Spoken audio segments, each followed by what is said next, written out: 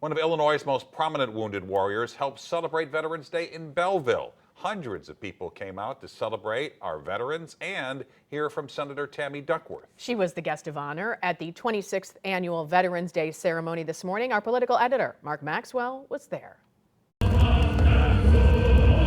Dozens of veterans stood and proudly sang along to their service songs Monday morning. What does this day mean to you? Everything, really. Just remembering it. Glad that I can remember it. Those memories came rushing back for Jim Wolf on a recent trip to our nation's capital. I just went on this honor flight last September. And when I went to the wall, that's when I found out there was 162 Medal of Honor winners on that wall.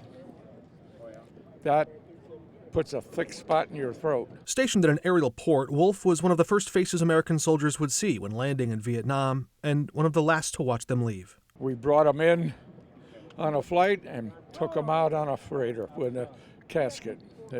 Not good, but that's what we did. One of the guests of honor says she was lucky to make that flight home. You know, I've witnessed the courage of our heroes firsthand. Tammy Duckworth was flying a Black Hawk helicopter in Iraq 20 years ago Tuesday when insurgents fired a rocket-propelled grenade. I'm only alive today because my buddies, who thought I was dead, refused to leave my body behind. Dignitaries and politicians from across the region lined the perimeter of Belleville's Veterans Memorial Square to pay respect to our veterans, but you could see them lean forward in their chair and listen a little more closely when school kids took the mic. Veterans are loyal to America. They fought for you and me. Soldiers are the bravest people you will ever meet. What comes to mind when you hear these grade school kids read these wow. essays? Oh, wow. That is truly amazing. Students who wrote essays or drew art to honor veterans won awards, but to the veterans in the crowd, the prize was theirs.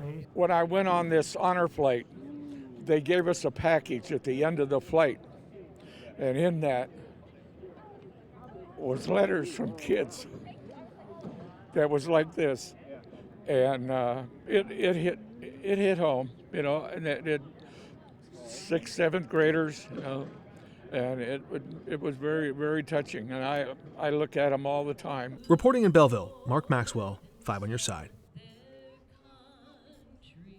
Senator Duckworth called for expanded affordable housing and more funding for hunger prevention programs for veterans.